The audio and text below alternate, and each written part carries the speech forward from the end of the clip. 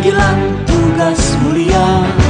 Sing-singkan lengan baju untuk nusa, berkarya bagi tanah air tercinta, mengolah sawah hutan lautan, merawat sumber daya kehidupan, satukan tekad gelora dan semangat, membangun bangsa yang makmur dan berdaulat.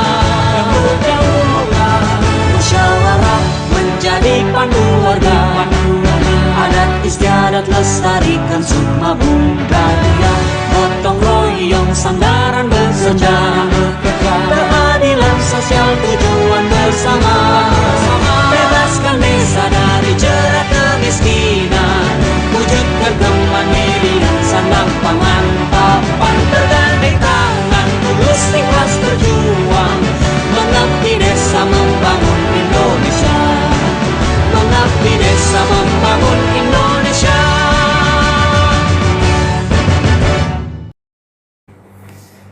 Assalamualaikum warahmatullahi wabarakatuh. Sahabat-sahabat desa dimanapun berada, masih bersama podcast pendamping lokal desa bersama saya Muhammad Saifuddin. Podcast pada kali ini bertema pengentasan kemiskinan ekstrim yang ada di desa, dan saya saat ini ditemani oleh Bapak Kepala Desa Karangrowo, Bapak Heri Darwanto.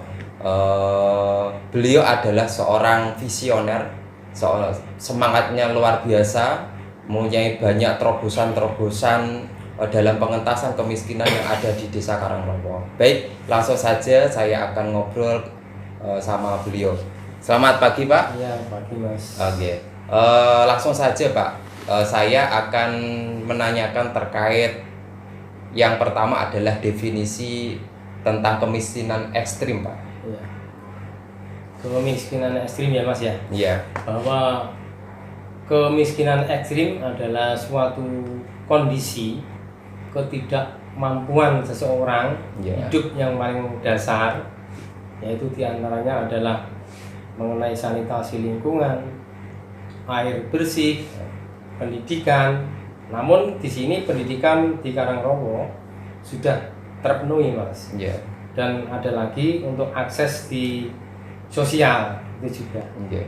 Begitu, Mas. Mungkin bisa dispesifikkan lagi, Pak, kemiskinan ekstrim yang ada di Karangrowo, Pak. Oh gitu ya. Yeah. Bahwa kemiskinan ekstrim itu bisa dibagi menjadi dua, yaitu satu yaitu miskin yang tidak produktif dan miskin produktif. Nah, tentunya miskin yang tidak produktif adalah ini warga kami yang usia lanjut, tentunya ada yang mempunyai penyakit menaun atau difabel, terus tidak mempunyai akses sosial maupun akses untuk informasi IT tentunya. Dan yang kedua adalah untuk usia produktif, tentu ini adalah usia 15 tahun sampai 65, yang mana mereka ini mempunyai suatu penyakit menaun atau cacat mental. Gitu, Mas. Oke. Kemudian terkait kebijakan, Pak, Pak Heri selaku kepala desa mempunyai kebijakan apa yang sangat penting dan bisa dilakukan di pemerintahan desa, Pak, terkait pengentasan ekstrim? Ini terkait dengan kebijakan, bahwa ini juga selaras dengan visi misi Kepala Desa Karangrowo, bahwa kebijakan yang paling dasar itu adalah harus sesuai dengan data. Dengan data. Ya. Nah, data itu dulu kami kesulitan. Ya. Tapi setelah adanya program dari Kementerian Desa, itu ada program yang namanya SDGs. SDGs ya. desa. Dari situlah pendataan kami tahu bagaimana potret gambaran desa kami ini. Saya kira itu. Mulai kapan, Pak, SDGs itu dimanfaatkan di desa? Oh, ini prosesnya SDGs itu mulai tahun 2021. Dan di tahun 2022 ini kami benahi, Mas. Ya. Karena apa?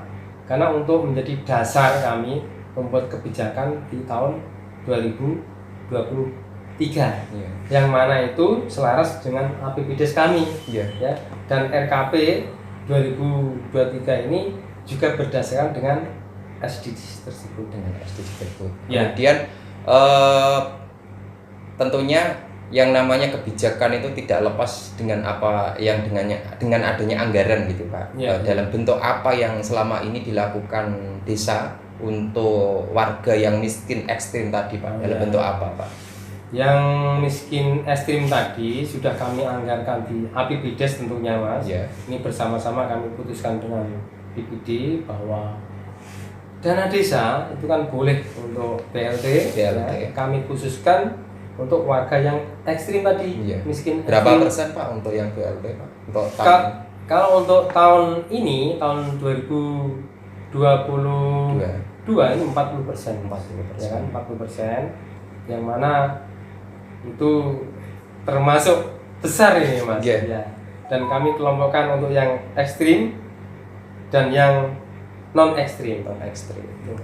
Untuk kaitannya dengan BLT Pak, itu orangnya yang diberi atau KPM-nya yang penerimanya Ya. itu orangnya sama atau berganti-ganti Pak? Itu teknis Mas. Teknis. Ya, sesuai dengan aturan bahwa untuk pemberian BLT dana desa ke warga kami yang ekstrim. Kalau yang ekstrim tentu masih kami beri terus Mas. Iya. Nah, yang non ekstrim ini ya kadangkala kan ada kebijakan pemerintah dari pusat, ada bansos yang lain. Iya. Ternyata double atau dengan yang non ekstrim penerima KPM tadi itu bisa kami ganti Mas dengan iya. melalui musdes khusus. Musdes khusus. Ya, itu dan itu 6 bulan sekali kami ganti.